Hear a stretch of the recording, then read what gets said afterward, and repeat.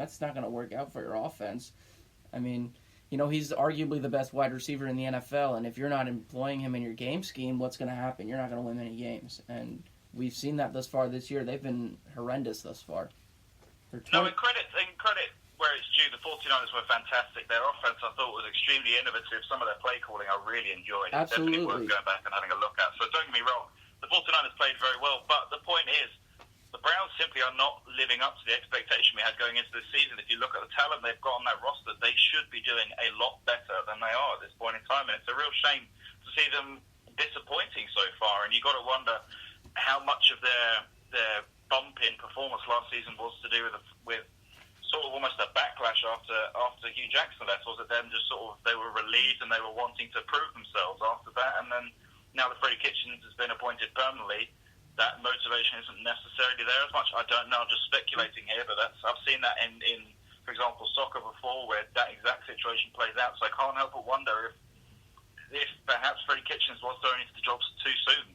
Of the 32 teams, they're 23rd in total yards per game. I mean, they just really haven't gotten clicking yet. I mean, if they do get clicking on all cylinders, would not be shocked if they make a surprise run at this. But thus far, it just really looks ugly for that team. Well, I'll say what I've been saying along to everybody that wants to listen to me. Okay, Freddie Kitchens is a one and done. That's it. I don't care what anybody says. He was not a good hire to begin with. I actually thought Greg Williams would have been a better hire than Freddie Kitchens with the Browns. Figure they go with the guy who they think gets along better with their quarterback. Little do you realize that sometimes a position coach is better off working with the actual player, one-on-one or whatever. Some guys are not cut out to be head coaches, and I definitely don't feel Freddie Kitchens is one of them. That's my opinion. Look for example at Josh McDaniels. I think that's a perfect example up in New England. There, look when he went to the Broncos, what happened there. I mean, some guys there are some coaches that are simply better as position coaches or line coaches or whatever. Yeah, but let me tell you this about Josh Daniels, though. He will be a head coach again. I really do believe that. Oh, he will. I have no doubt about that, but I don't think he's going to be any more successful next time. You don't think so? I would argue on the opposite of that, considering what the Patriots have done since 2014, that Super Bowl against the Seahawks, that comeback against, the Falcons in the 28-3 game. I think he's learned a lot more in these past 4 or 5 years than he did, his first tenure with the Patriots when he started back in, I believe it was like 2001 or 2004. I'm not 100% sure, but I just think, he's got a lot more experience now than he did. I mean, because those were different teams back, when they went on 18-0 in 2007. I think the Patriots now have evolved to the point where Belichick, again, he hasn't always had the best players around him, but he's working within his limitations, given that they don't like to spend money on free agents. They don't have a Randy Moss on that team nowadays. But I think, and working with Belichick, he's seen you don't need the best players to win. And if he can kind of employ that, whether he goes to another team or not, after, say, Belichick and Brady both leave, and I do think they're going out together. They're kind of just like Bonnie and Clyde. They're leaving together. There's no point in Belichick coaching, as he may see it, without another quarterback like Tom Brady. Well, I'll say this, Anthony, from my years of covering the game, even though a guy doesn't make it as well the first time, generally the second act is usually pretty good in many instances with a lot of coaches. You can look at that in other sports, too. Well, especially the NFL. Mm-hmm. I mean, we'll get into that another day. We're talking football right now. And I'll tell you, and maybe, you know what, Anthony, that might be a good topic of conversation, maybe even on the next show, or I'll mention a couple. I'll have to brainstorm that one. And we'll actually might consider talking about that on the next show, about second time head coaches that have done well. So, well, certainly. I mean, to be perfectly honest, the first guy that comes to mind for me, I know he coached here, there, and everywhere at this point in time. But Belichick, I mean, at the Browns, he certainly improved the team, but they weren't on their way to a Super Bowl, and then he goes obviously to New England, and look what happens there. So, a bit of a different example, but I think it's still relevant. Oh yeah, no, I think that I'm gonna do a little bit of research, and that might be one of our topics come Thursday night. Now that you brought it up, so that's good. All right. So let's go to Rob Gronkowski. Yes, I mean, there's been obviously rumors going on for some time now about is he going to come back to the game? Is he not? Is he possibly going to come back later in the season for a playoff run? Is he not? Well, it doesn't look like it at this point in time. He's about to debut on Fox Sports as an analyst on Sundays. I think it's safe to say it's going to be interesting to keep a close eye out on that. Will he be able to keep it clean? Is something I can't help but wonder. And I can't help but wonder, is he going to go down the route of Pat McAfee and Tony Romo in that he's an incredibly interesting guy, especially Pat McAfee. Very different character, very outspoken character, but very interesting to listen to. Or is he going to perhaps go down the route of a Jason Witten, and it won't necessarily click for him? I think that's definitely going to be something to watch, but I still wouldn't rule out a return to football. Look at Josh McCown, look at Jay Cutler. I can't help but think it's still on the cards somewhere in the future. But for the time being, I know I'm excited to see him on TV. I don't know how you guys feel. Well, how I feel is exactly, you took the words out of my mouth.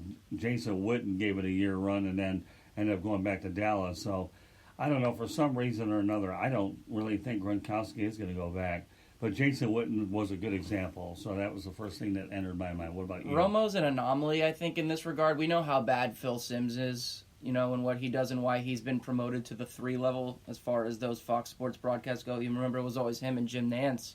And Jim Nantz is a terrific broadcaster, but when you see Romo, I think what makes Romo such a great quarterback, and not only is he kind of like, I'm sorry to appeal to baseball, but Alex Rodriguez, when he calls games, they saw games from different perspectives because they played premium positions in their respective sports. Romo's a quarterback. That's kind of like your team captain almost. Romo saw every aspect of the game, whereas Gronkowski was a tight end, and not to diminish the importance of that position because it serves multiple roles. Gronkowski obviously a blocker and an elite, receiver at the tight end position. But I think Romo, just being that he played quarterback for a myriad of years in a very important, franchise like Dallas, I think, given his position and his experience, that's what makes him a great broadcaster. Not to say that Gronkowski will be bad, and funny correlation, not if it means much, but both Witten and Gronkowski were tight ends. But I don't think Gronkowski will be terrible. If he's not brushed up, it could be pretty ugly. But then again, I don't think he'll be as bad as, say, Phil Simms. I just think Phil Simms, even despite the fact that he was a quarterback. Yeah, you say... I can personally see him going down the route of, again, a Pat McAfee. He was a punter, obviously, for the Colts throughout his career. He didn't have the longest career in the world, but he was successful when he was there. I can see him going down that route simply because personality-wise, they're both very similar. As I mentioned, they're both outspoken, they're slightly outlandish, they're very loud individuals, they're not afraid to speak their mind, and some that may brush some people the wrong way, and others will love it. And I think he's going to go down that same sort of route. Whether that means he ends up staying with Fox or not, I think it's questionable. I can definitely see him going down the route of, again, a DAZN or something like that, where perhaps he's a bit more free to speak his mind. But it's going to be something to keep a close eye out on, that's for sure. Well, the fact that you said he's on the NFL on Sundays, he's got other people around him, so it's not like he has to go an entire game and you have to hear about him. So you'll have a lot of banter amongst the other people with him. So I think he'll be all right there. And again, the pre-production meetings and all that stuff and the preparation of what you're doing, I think he'll be fine. Now, if he ends up becoming a game analyst, obviously that's another story for another day. We have a couple of other things I want to get to while we have a little bit more time on our hands, and then I might think of something else along the way. And that's going to lead us down Sam Darnold territory. Yes, so good news for Jets fans, and I've already seen Le'Veon Bell has celebrated this on Twitter already. Sam Darnold, obviously QB for the Jets, has been cleared to play. There were concerns about his spleen after suffering from mononucleosis, but thankfully he has been cleared to play this weekend against the Cowboys. The Cowboys themselves will be looking to bounce back after a disappointing loss to the Packers last weekend. So it's going to be interesting. Again, Luke Falk, he has really struggled to settle in at QB for the Jets since Trevor Siemian went down with a season-ending injury shortly after replacing Darnold. So that offense has really struggled, and that team in general has really struggled. They have not performed anywhere near the level they should be looking at these last few weeks. So it'll be good to see Sam Darnold back in that lineup and hopefully get the best out of his team once again, and that should make this game against the Cowboys that much more interesting as well. So it's going to be a tough one for the Cowboys, I think, but I'd still say they're probably slightly favoured going into this game. But yes, overall, I would say it's good to get Darnold back. I'm looking forward to seeing some more at Le'Veon Bell as well this weekend, and it's going to be a very interesting game. But I had a quick question for you. I can't help but ask this. The Cowboys have now lost 2 in a row. Yes, this was a very close game, and they are a good team, but I can't help but wonder, after 3 games, everyone was going on about, I kept hearing people talk about how good the Cowboys are, how Kellen Moore is an offensive genius, he's a guru, he's the next big thing.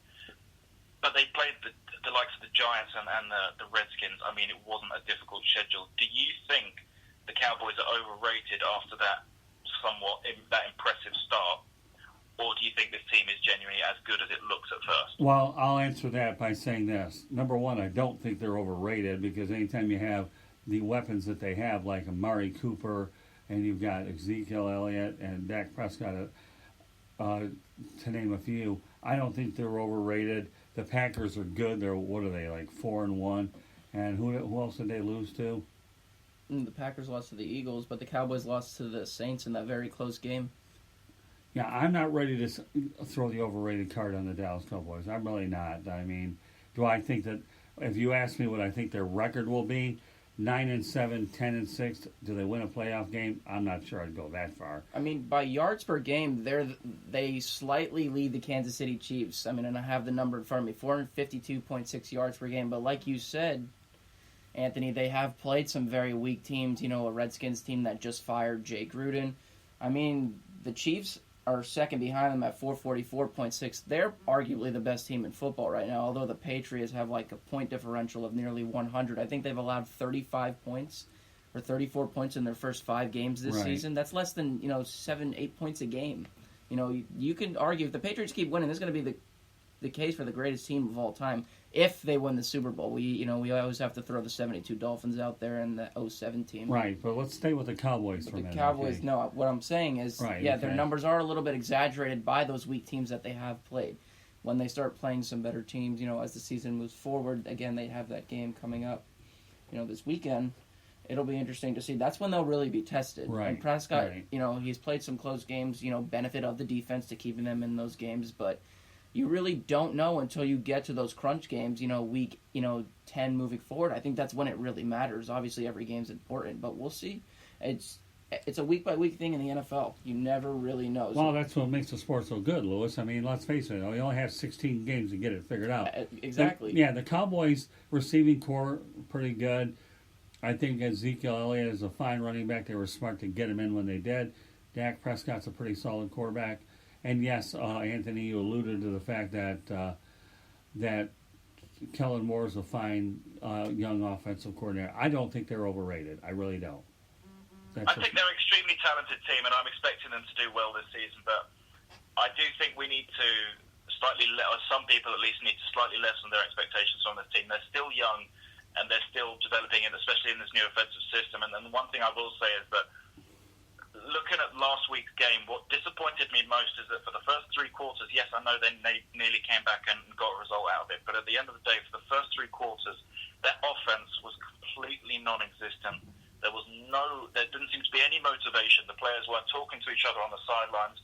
The commentators pointed it out as well. Everyone was completely silent.